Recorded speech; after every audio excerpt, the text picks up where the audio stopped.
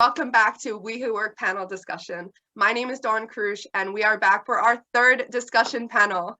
And although we are still a little fresh here, do not be mistaken. We are professionals talking about it all, sharing it all in a safe place here together with you out there. So I just want to first express how grateful I am to have all of you who have been rooting for me, rooting for our guests, rooting for our overall topics that we're discussing, and really just getting involved with us. So I know it sounds so cliche, but I'm so excited to have you, and I'm so excited to have all of you out there that are watching and doing this with me. So what it's all about is I care about you, I care about our panel, and I really just want to share all this. So I really appreciate all the amazing support you guys have provided already. And so if you haven't yet been able to join us, that is okay. Welcome. We are so fortunate to have you, but you have now navigated your way to our discussion, whether it be through a family member, a friend, or if you stumbled upon us, let that be a sign that maybe everything happens for a reason. So that is subjective, that is my opinion, but I do strongly believe that certain things happen at certain points in your life. So whether that be consciously or subconsciously, how you got to us, the little or the big signs, we are welcomed here today. So welcome to my amazing guest. I am so fortunate to have you, Miss Mary Robinson. You are absolutely beautiful, looking radiant, and I'm so excited thank you. have the pleasure to introduce you here today. So a little bit about me as a reminder for those who are new here. My name is Dawn Krusch, and I have a background in psychology and social sciences with a master's in industrial organizational psychology. So the purpose of our panel here is to spread the knowledge that I've gained and the extensive knowledge of my guests to share here in a safe place, in a safe space that we have learned and continue to learn through our travels, our studies, our education, our job experience, our personal connections, and so on and so forth. So we are here to help create resolutions, gain understandings, and give you the tools to problem solve both inside and outside of the workplace. So without further ado, hello, Mary. I am so grateful to have you here. Like I said, I am just— Thank you for having me. I'm so happy. I'm so excited. So I would love if you could just first take us off, introduce yourself a little bit, tell the crowd a little bit about, who you are and what you do, and a little bit about your background. Sure. My name is Mary Peters Robinson. I was formerly a university relations recruiter with the mental health agency in the Philadelphia area. Most of my background is higher ed, working with students, high school students, preparing them for post-secondary education, and also following their journey while they're in school, making sure that they are getting the proper classes that they need to be successful, making sure that they are utilizing the resources that are available on their campuses, and making sure that they have an opportunity to work if they want to. Also, spearheading a internship program with the mental health agency and making sure that students have the opportunity to shadow individuals or to network and provide some sort of internship experience while they're in college. And obviously, the goal is that they get that internship experience and to be able to use those transferable skills to a full-time position once they've actually graduated from college. Yeah, that's amazing. Obviously, extremely important. They need those tools, and who better to give it to than you, who has been doing it for so many years and who has Long the time. knowledge. Long time, long Yes. time. And that's important, right? People trust that. People trust those opinions that you've gained because you've had that experience. And, that's not to say that somebody entering the field doesn't have great knowledge and doesn't have the capacity to bring an amazing student to an amazing organization. But there is definitely trust that builds from that long time experience. So thank you again, Mary, for being here today. Like I said, I'm grateful to you being here, discussing your background, being vulnerable to the topics and really sharing your experiences that you've gone through, through the past year, and really, your job and your education and your career at large. So a little bit more about the backstory of how Mary and I met. So Mary became my supervisor due to a little bit of weird, sudden events that had happened during my internship while I was in my last year of my master's. So Mary, like she said, was spearheading the internship program, and I'm so grateful that those circumstances happened the way they did. So Mary kind of took on that role of doing those weekly meetings with me, those debriefs. Overall, really a point person for me, a support for me, someone for me to lean on. So I was fortunate to have her.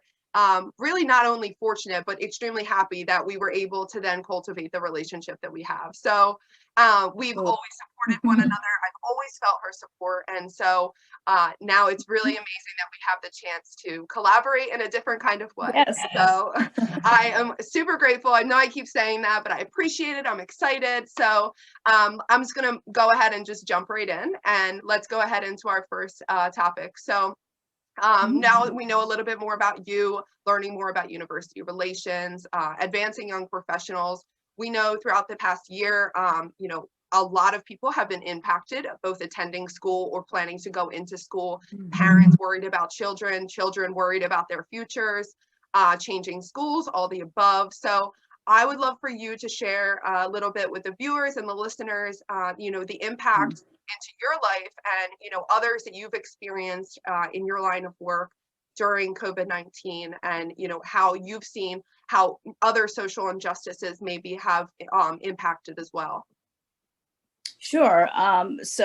In the beginning of the year, of course, being a university relations recruiter, my primary role is to continue partnerships with local colleges and universities in the Philadelphia and surrounding areas, and going to those job fairs and having those network information sessions was what I did.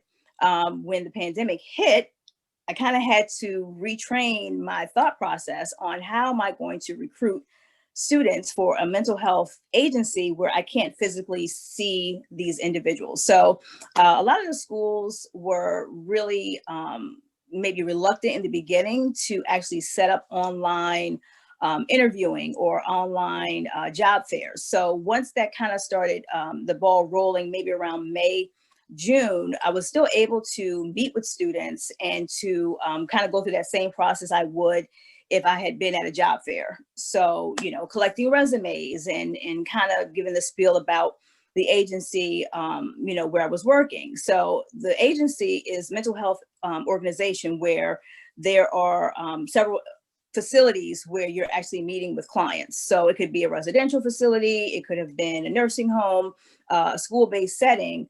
But when the pandemic hits and, you know, we have students that are calling and they're emailing me their resumes and they also want to do internships, you know, I'm saying, I don't know how comfortable I feel having someone who wants to get experience, which is great under normal circumstances, to come into the facility, and what kind of coverage do they have? And so in the beginning, of course, you know, everyone's doing temperature checks and you know, making sure everyone was okay. But this is before anybody was being tested, and it was kind of trial and error. And so unfortunately, because of the way things were in terms of my, you know, particular position, I was laid off, because we have students that were, you know, going through the process. They were doing the interviewing and in the beginning wanting to be a part of the organization. But then when they got the offers, they're like, no, don't want to be in an environment where I could potentially, you know, catch COVID from a client, which is understandable. So even though, you know, you have those safety measures in place, you just don't know what the long-term result is going to be. And then, of course, trying to place students in facilities and trying to be as careful as possible. So unfortunately, you know, the organization decided to eliminate my position due to COVID, and, you know, not having the access that we would have had had it not happened. So that's how I was, you know, directly impacted. And of course, it was kind of like, okay, now what? Now what? And I also have I have a son who was beginning his freshman year at Johnson C. Smith University in Charlotte, North Carolina. And it was like, hey, you know, we have all your stuff. We're ready to send you off. But guess what? You're going to be on, you know, on your Zoom calls. You're going to be doing everything virtually. And again, this is a class of 2020 who did not have an official graduation. virtual graduation, of course, no prom. And so as a parent, you're trying to continue to motivate, your student who's kind of reluctant about going to school anyway, and giving the benefits of being home and, how that works. And of course, we were hopeful that he would be going on campus in January, and that didn't happen.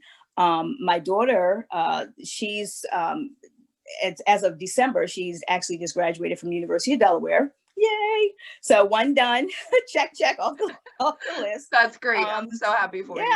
Yeah, thank you. So it was just, trying to get her in a position where, she was doing the online stuff as well. She was working, she was an orientation leader, and trying to do that in a Zoom situation and trying to navigate. My husband works for Drexel.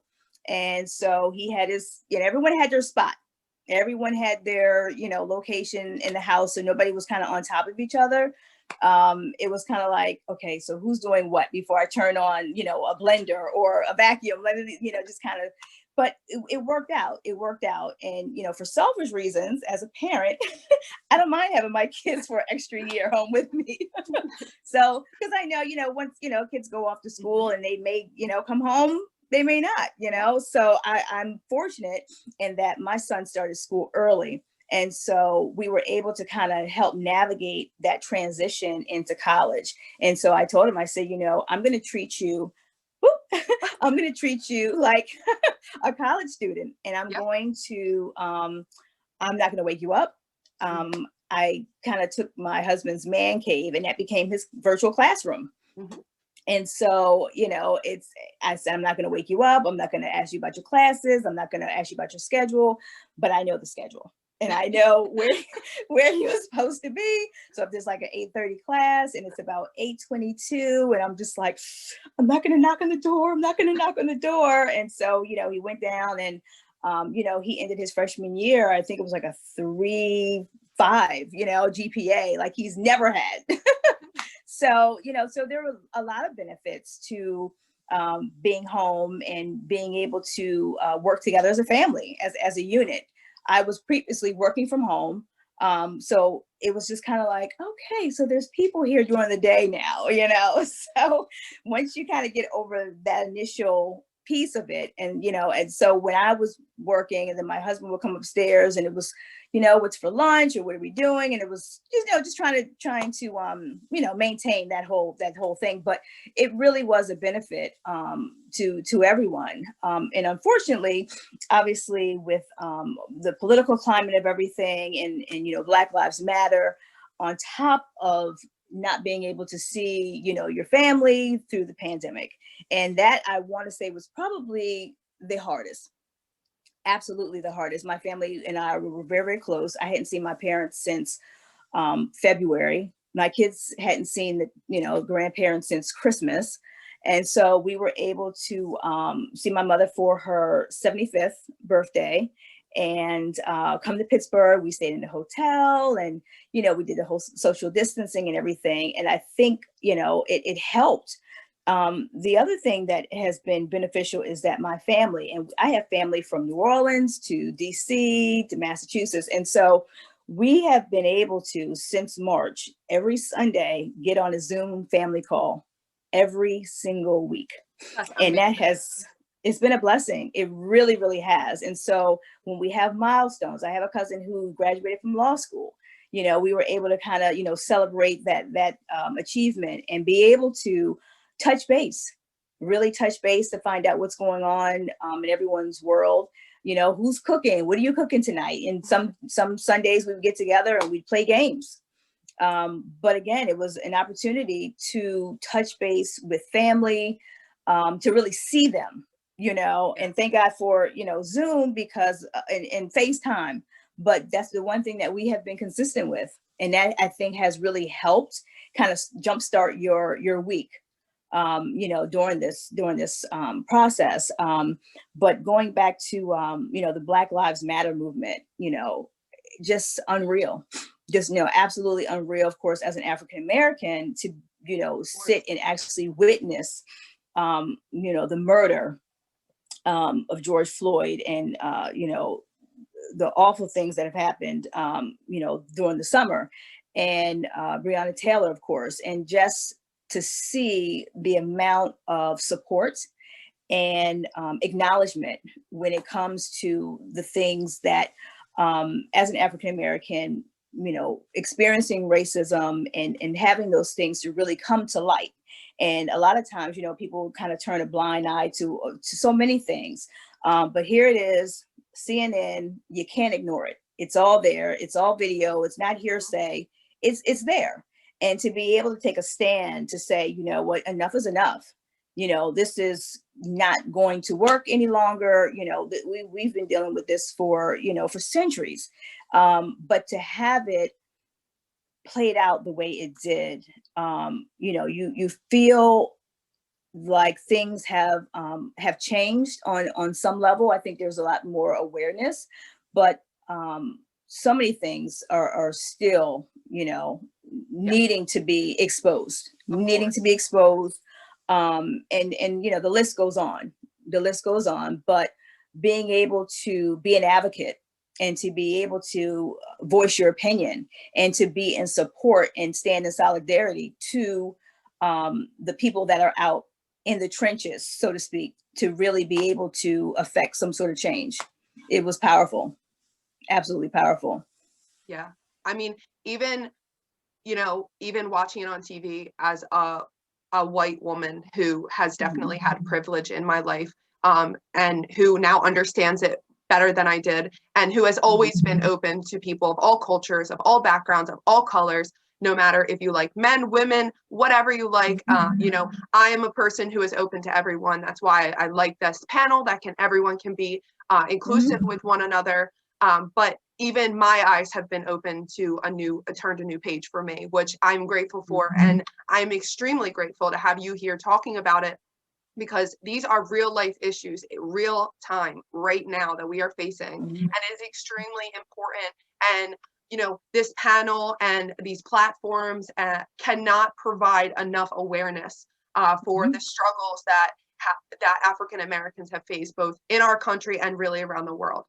So I'm grateful that you're vulnerable enough to talk about this topic, because it is a difficult topic to talk about. And this does pertain to business, and this does pertain to professional lives. This pertains to everybody. And it doesn't matter what color you are. It's important for you to know, and it's important for you to acknowledge that this is happening. So I appreciate the vulnerability on the topic. I appreciate discussing the topic. I always want to bring topics like this to our panel for our viewers and our listeners out there. If you're here and you are joining us and you are sharing this with your family and friends, I encourage you to read, to learn, to understand, to show more respect, to really open yourself up and listen to people like Mary, not people like Mary that classify her as different from you, but people that have more experience, people who have been there firsthand, who have experienced these things, or these social or cultural differences, because that is what's going to make us better, and that's what is going to propel us towards a better future. So again, I appreciate you being here. I appreciate you discussing it.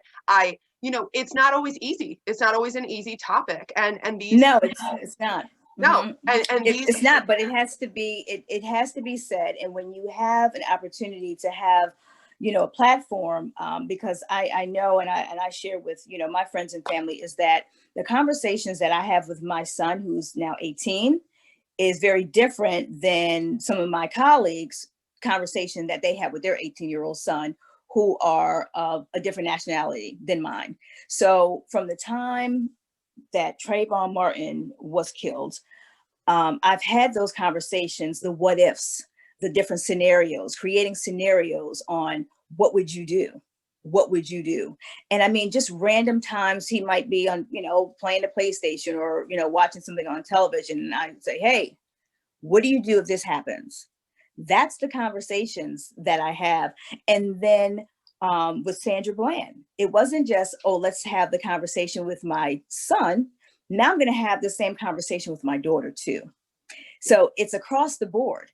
And I know as a parent I just want to make sure that they are well informed, that even when you do the right thing, even when you have been trained and it has been drilled over and over and over again on what the protocol is when you are pulled over by a police officer.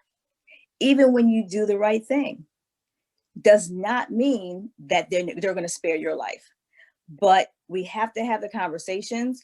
And I know that when my son says, hey, I'm going to go, hang out with the friends, I am waiting for a text to say, I'm on my way. I'm waiting for that front door to open because I know he's home and I know he's safe. And before, it was just such a, the anxiety of it all when it came to African-American boys. But I have the same anxiety with my daughter, who's 21.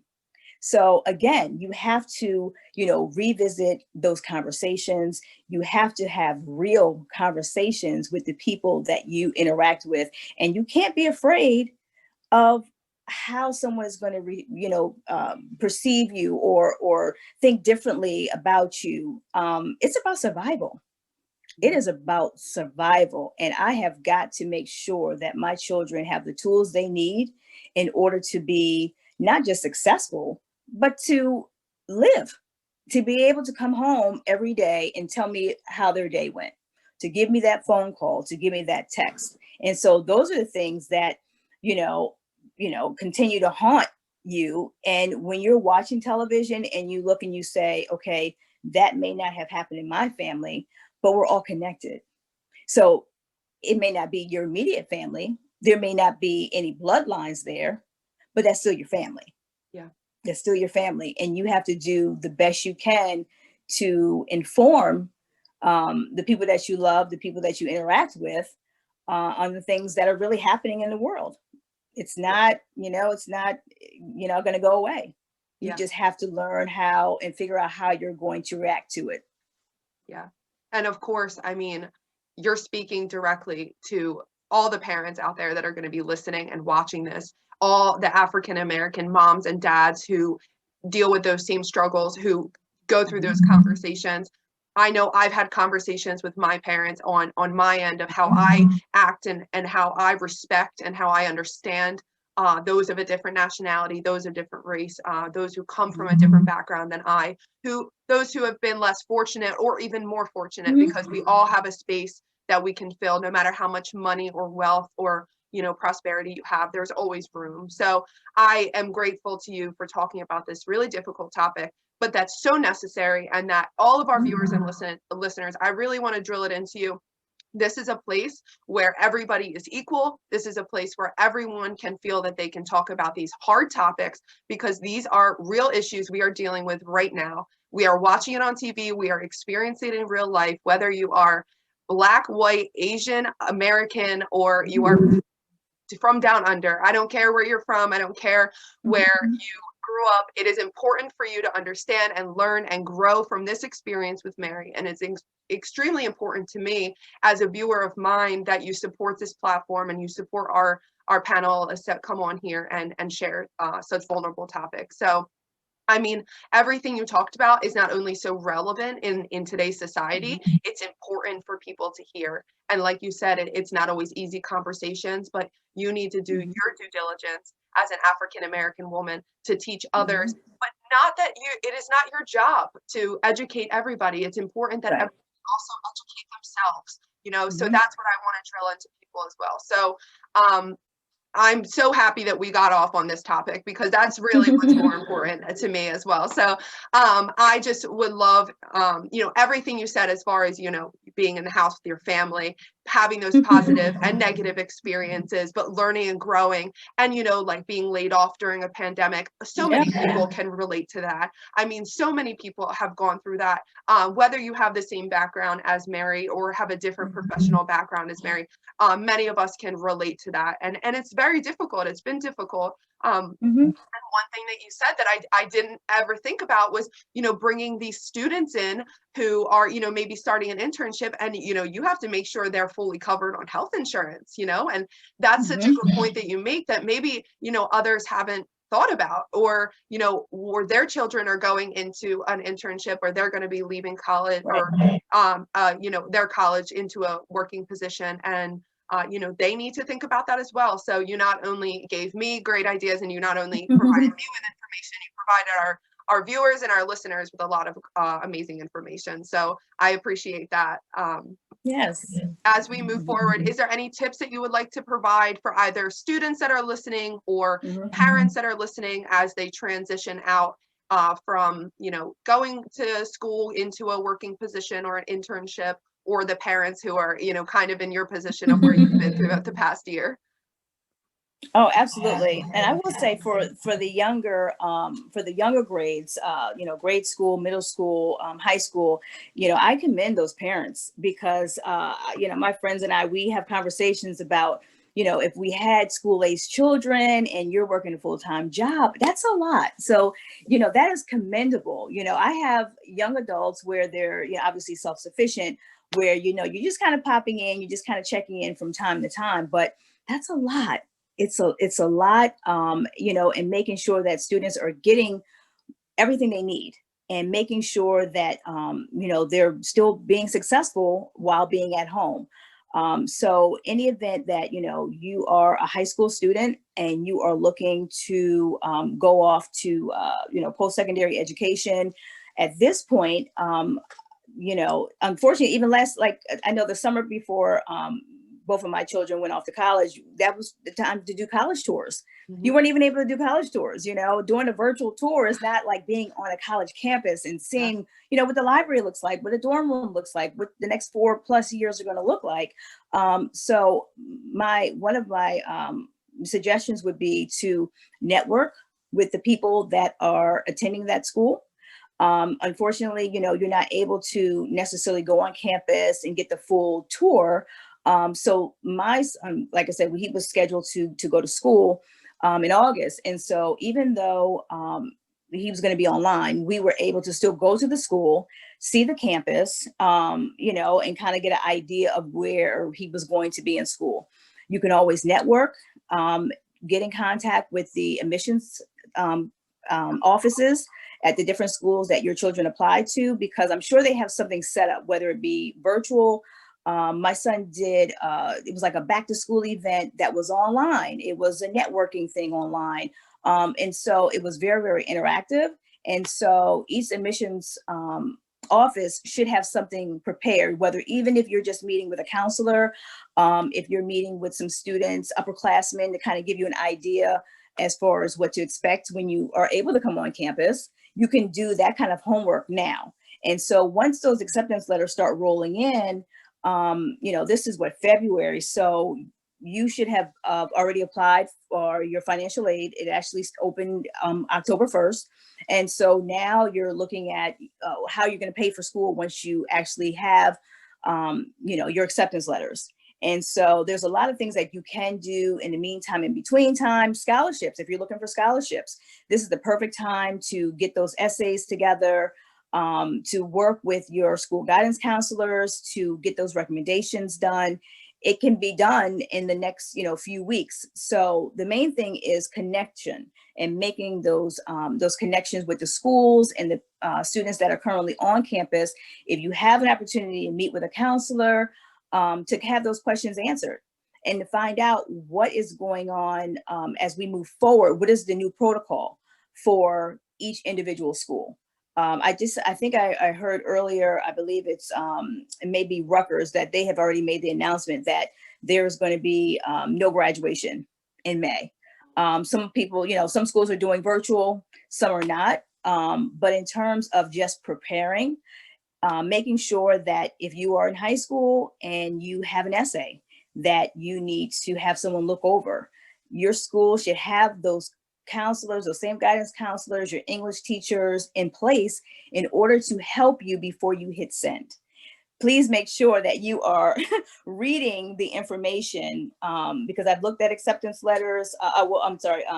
Helped individuals with their essays, college essays, and a lot of times, unfortunately, they're not what they need to be or should be when you're looking to gain acceptance into a university. Again, looking at your financial aid, how are you going to pay for school? This is the perfect time to look at your packet to find out what's feasible. And sometimes it may not be, this is my, top school. I've always wanted to go to this school. I have family that has gone to this particular college. sometimes it comes down to dollars and cents. Who's going to give you the most money? Okay. So you want to make sure those things are in place. And again, network, find out. A lot of times my daughter had like a big sister to kind of help her through that transition. There's so many things that you can do once you have decided on, the college or university that you're going to attend. Yeah. I mean, it's like, we keep saying it, over through our panels, we hear it at work, we hear it on LinkedIn, it's networking, but it's so prevalent, it's so important.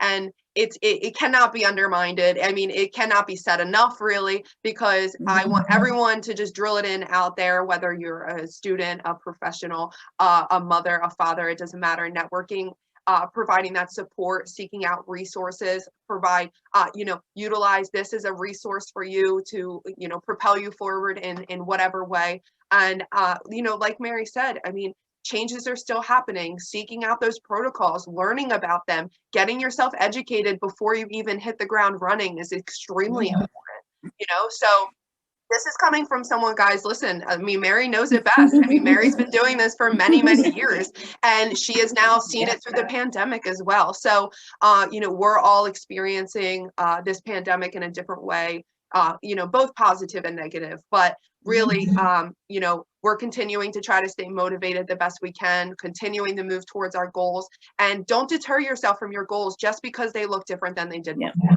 And that's something I want to drive home, whether it be, I'm somebody who I was very fortunate to have a high school graduation and a college graduation. And then for my master's, I unfortunately did not get to walk. And although I did feel very sad around that, and I took a moment to feel that and I experienced that, but then I realized that, there are so many others out there who have not experienced a prom, who have not gotten to experience their own high school graduation. And I feel for you, and I feel for those parents who are with all of those young adults that are going through that, because that's extremely difficult. And these are milestone moments, and I would never want to see anybody miss those milestone moments. So I appreciate you sharing those tips with everybody. Everybody, whether you're out there, you're a parent, or you're a student, or you have a friend who has a child that is going to be leaving high school, going into college, or moving from college into an internship. Seek out those resources, start to network, utilize the admissions office, all the above. Mary said it best. So I'm just reiterating it for you, but I am so happy to have you, Mary. I'm going to start to close things up here. I am so grateful for you being here today. I mean, all of that you shared so far is amazing.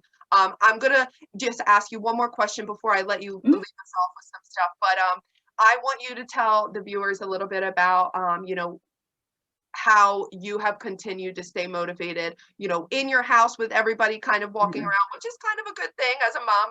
I know my mom is like, do you want to stay home? I mean, you can stay home, the pandemic. So, I mean, I totally get it, which I've spent a lot more time with my family. I'm very fortunate for that. And, all the struggles that we've gone through, I feel for everybody out there who has lost a loved one or a friend, or who is going through something difficult during this time. Remember to gain support through a friend, a family member, a professional. Use this platform as a way to escape into something healthy and positive. But also remember that you are never alone. You always have me, you have Mary, you have my panelists. We care about you. That's why we're here. So, Mary, if you want to take it away a little bit about how you've, managed to stay motivated. I think a lot of times, my family motivates me every day.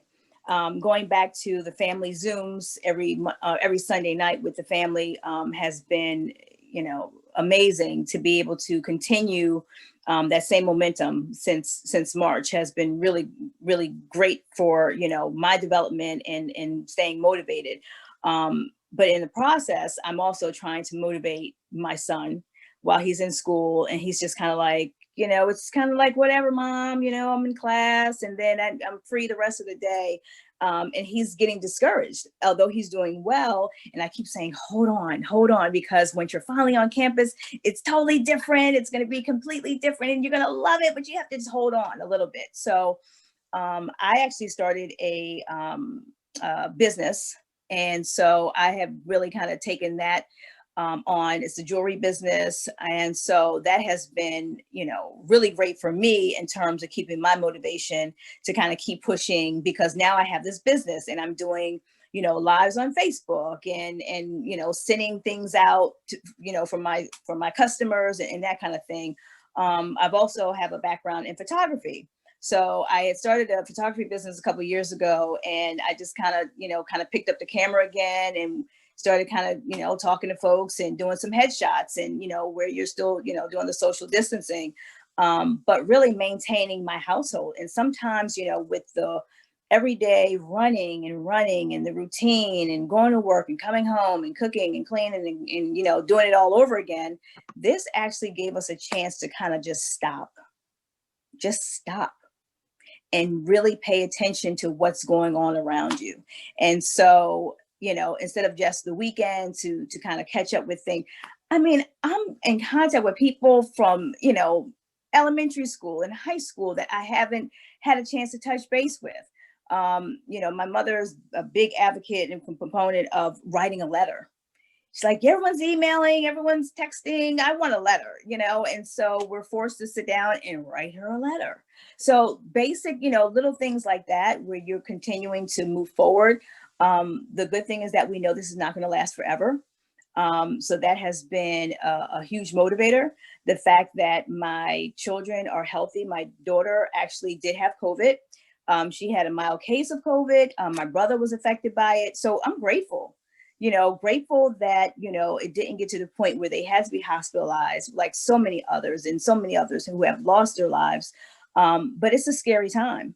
And so even though, sure, you can't go to a party, so what? You've been partying for how many years? And, there's always going to be a celebration. Mm-hmm. So as long as we can continue to get ourselves healthy, we can look forward to those larger gatherings and kind of going back to some of the things that we have done in the past. But again, just grateful every day to be able to get up and breathe in air where you have people that are on ventilators that don't have that same luxury. So again, that is my motivation when I see my kids and, my daughter, we did the whole quarantine and, and she was downstairs. It was scary. It was scary because you don't know from day to day how she's going to feel. Are we all going to, be affected? And, thank God we were negative. But again, that's the motivator. That's the push. And even if you say, during the summer, it was like, you know what, we're going to cook and we're going to eat outside today. Mm-hmm. Just something as simple as that. I don't know how often the four of us actually get together for a meal. Mm-hmm. So those are the things that kind of put some things in perspective, and everything. I truly believe that everything happens for a reason, even if it just means to just take a second to enjoy your surroundings, to enjoy your home, mm-hmm. Enjoy your family. So that was what motivated me the most. I mean, so relatable, right? Like so many mm-hmm. others out there have been almost forced into this, like, wow, this is actually amazing that I get to now spend time mm-hmm. with my family. I get to actually take the time to listen. I think that listening is often undermined. And remember, guys, listening is a skill. Listening is a skill that can be developed. Mm-hmm. So we're now taking the time to listen more and to actually understand things a little bit more. And although technology and the media and everything that moves so quickly around us, like Mary said, we were forced into this situation to stop and take a moment. But that taking that moment actually, wow, I enjoy the company of my family members, or taking that moment to step out. And I have often been an advocate of writing. So my mom as well, Mary, my mom has often told me that she likes handwritten letters. A little fun fact, right. My mom writes me a handwritten letter every single year on my birthday, and she has since I was a very young child. So that is her tradition. And throughout my life, I have been very fortunate to express myself through writing. Whether, for our viewers and listeners, you guys, it's important that when you write something, it doesn't mean you have to share it with anybody. You can write something and that can be for you. You can write something and you can tear it up, and you can write something and you can keep it in a journal forever. We're all different. We're all going through different experiences. We're all experiencing life differently. It doesn't matter if you live in a household of 10, you all are individuals. You all are experiencing those individual experiences differently from your brother, your sister, your friend, your coworker. So remember that what is beneficial towards you, and what you seek out is maybe not beneficial towards your partner. So if you find writing to be beneficial, do that. If you find listening to music, do that. If you find listening to us here today, do that as well. I encourage you to share it with your family and friends, because Mary made some great points there. So as we close this up, Mary, I mean, I've said it probably 150 times how I appreciate you and how I absolutely adore you. And I am just so grateful to have you here today. And, anyone out there today, this panel really is, it's so beneficial. It doesn't matter if you're a working professional, you're a professional at home, because let's remember, like, guys, working parents, I mean, they're professionals as well. I mean, I know that my sister tells me how difficult, parenting is from her perspective at times. And although we love my nephew and soon to be niece, but it's difficult. So remember, working parents, working professionals, students, college students, high school students, this is for everyone here. So we provide this for all people of all different backgrounds. Someone who needs motivation, if you need motivation, if you need a friend to listen to this, if you think this will be beneficial to a family member, I want you to let them know. Continue to share, continue to reach out. I'm going to leave our last little bit here with Mary, and we're going to close it up. Mary, like I said, I appreciate you being here. I appreciate all of our viewers and listeners out there. Continue to share and like and subscribe to me on YouTube, and go check out other panel discussions. We also just recently started a small segment series, which will be individual topics where I'll be just kind of touching on short series, and we can hit on any topics you like. So reach out to me, let me know. But Mary, I'm going to leave the last little bit with you, because we are in Black History Month. And I am so grateful that we had the chance to talk about your experiences and your views, and everything that we touched on about the Black Lives Matter movement. And extremely important, guys. Again, I can't drill it enough. If you don't know, go do some research, go do a little bit of digging, and it's going to be beneficial. But we're going to leave this last little bit here today with Mary, and Mary's just going to tell us a little bit about what Black History Month means to her. So, it's interesting that, we have kind of dwindled down, the shortest month, of course, of of the entire year to Black History Month. But for me, Black history is all day, every day. I live it, breathe it, 360 days, 65 days a year. So for me, it allows individuals who may not know about the Black experience, or, some of the Black inventors, or, some of the trailblazers of the past. And so for me, it's really a celebration to kind of highlight so many African Americans and all their achievements. Obviously with, our new VP, African American woman, to be able to, take on that role is absolutely huge. And so, looking back, over the years, and to be able to, look at how far we've come and how much further we have to go. So again, as obviously as an African American woman, it's a prideful time. But I'm that way all the time, not just in February. But there's so many people that don't know, so much of our history, and to be able to look and see, some of the struggles that we talk about, the struggles, and we talk about, so many of the things that have happened to us as a culture. But there's so many positives. There's so many positives as we move forward. But again, the entire month for me is a celebration. It's absolutely a celebration. As it should be. And as you said, every single day is Black History Month. 365. We are celebrating African Americans every single day. We do not need just 1 month of the year to celebrate them, guys. So I want to thank you again, Mary, for being here and sharing everything. You are so welcome. Thanks for having me. Of course. I absolutely am. This conversation, it just continues to motivate me, and it continues to put the fire under my butt to continue to learn and share and acknowledge and understand and do some more research. And I want that to be a tip to all of you out there as well. It's important to continue to research. It's important to understand. it's important to reach out if you have an African American friend or relative or anybody in your workplace that you want to learn more. It's important to reach out to them in a safe space, you know, in a healthy and positive manner, showing that you encourage and support and that you want to learn more. So Mary, I'm going to close us out here. This was amazing, and I can't wait to have you on the panel again in the future. I mean, I don't think this is definitely not our last one. You guys will definitely see Mary again. So we'll circle back with you in a couple months' time and see how things are going. I'm so excited for you.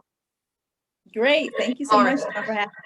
Of course, anytime. And guys, continue to share, like, go out, subscribe, check out the videos, keep on following. I mean, we have amazing guests to follow. I don't know how anyone could follow up on Mary today, but we'll somehow make it, we'll make it happen, because we're so excited to have everybody join us. We have some amazing professionals in the future coming on. I'm really excited to share some of the small segment series with you. We have a Q&A coming up to kind of answer some of the questions that people have shot out to me. And you know, we'll also include some links here for Mary's LinkedIn, and as well if she wants to provide some information for her jewelry line as well. So please reach out, continue to like, continue to share, continue to be wealthy in health. Okay, guys, we are here to support one another and continue to watch and share. And I love you all, and we'll see you again soon.